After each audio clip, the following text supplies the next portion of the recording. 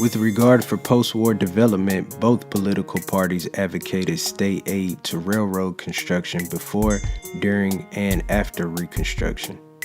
Democratic and Republican Reconstruction governments granted state lands to railroad companies and lent them specified amounts per mile of construction or backed railroad bonds with state credit.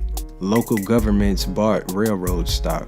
Republican-sponsored state aid to railroad companies during Reconstruction became controversial because of the corruption that accompanied it, provided Democrats with a potent political issue, particularly after the bubble in railroad stocks went bust, causing the Panic of 1873.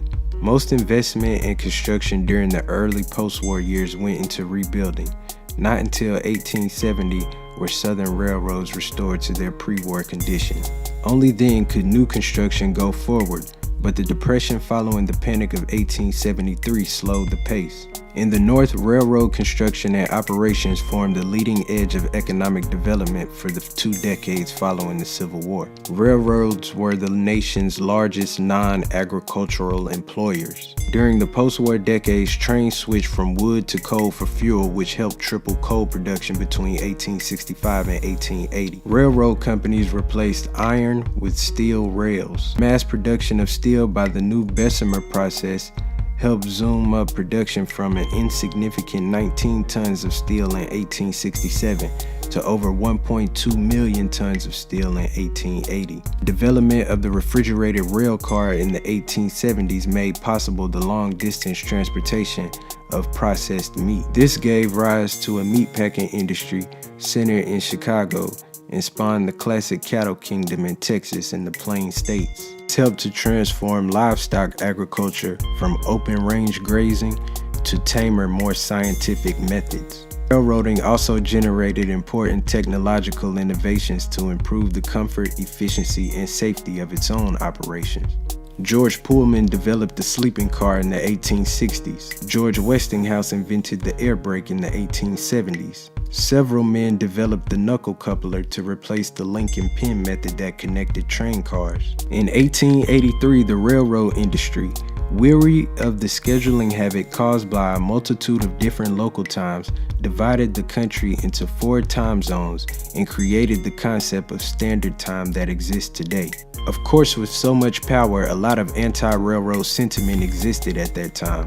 While contributing to economic growth, railroads gave rise to problems and criticism as well. The construction of Western railway lines illustrates some problems associated with the huge amount of risk involving capital with regard to constructing tracks across forbidding terrain in the advance of any settlements.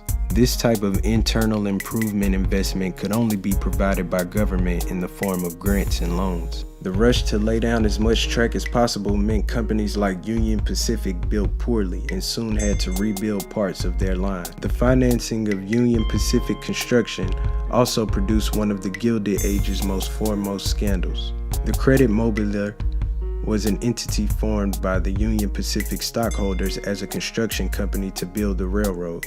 In their capacity as directors of one company, the Union Pacific, they awarded contracts to another company, the Credit Mobilier, of which themselves they were directors as well.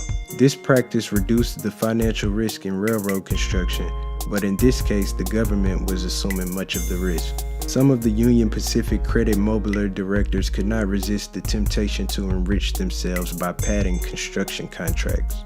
To prevent Congress from inquiring too closely into these affairs, a Massachusetts congressman named Oakes Ames, who happened to be the head of a company that sold construction equipment to the Credit Mobilier, was as well a director of the Union Pacific. Who happened to be the head of a company that sold construction equipment to the Credit Mobilier, as well as a director of the Union Pacific Railroad. Credit Mobilier also sold shares at token prices to several influential congressmen in 1867 and in 1868, because after all, there is no difficulty in inducing men to look after their own property.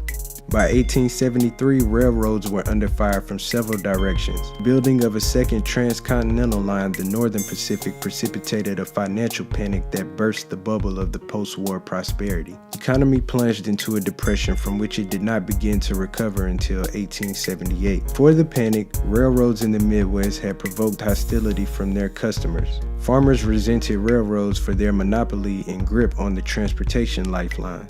A decline in war-inflated crop prices exacerbated the situation. The price of wheat dropped by half between 1867 and 1870, followed by corn prices losing half of their value between 1869 and 1872. Freight rates did not decline as fast as crop prices. The railroads kept rates higher in areas with no competition, and most farmers lived in areas served by only one line. Railroad companies also owned many of the grain elevators that came under attack for cheating farmers by classifying grain below its actual quality.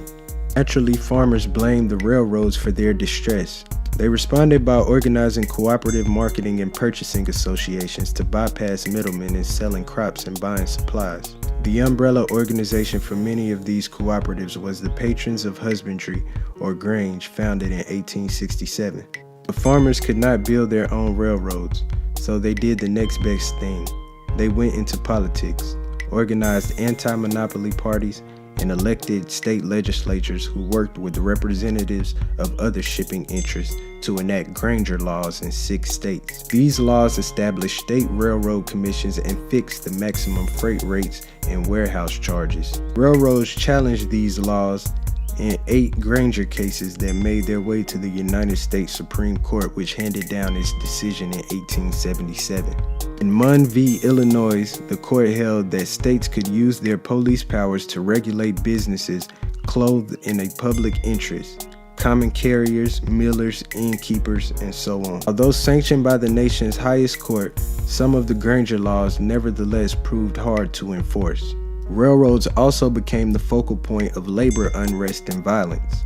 Railroad strikes of 1877 were the climax of a decade of labor ferment and 4 years of depression.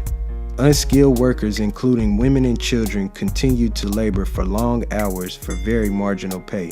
Although skilled workers experienced improved living standards, the continuing mechanization of many trades eroded old skill crafts and provoked anxieties about a loss of independence when craftsmen who had once controlled their own trades were forced to become employees of manufacturers who owned the new machines.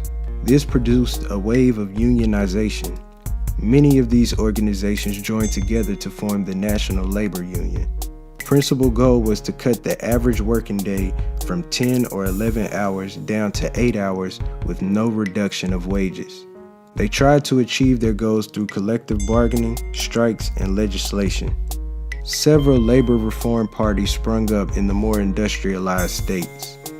However, industrial violence discredited the unions in the eyes of many middle-class Americans.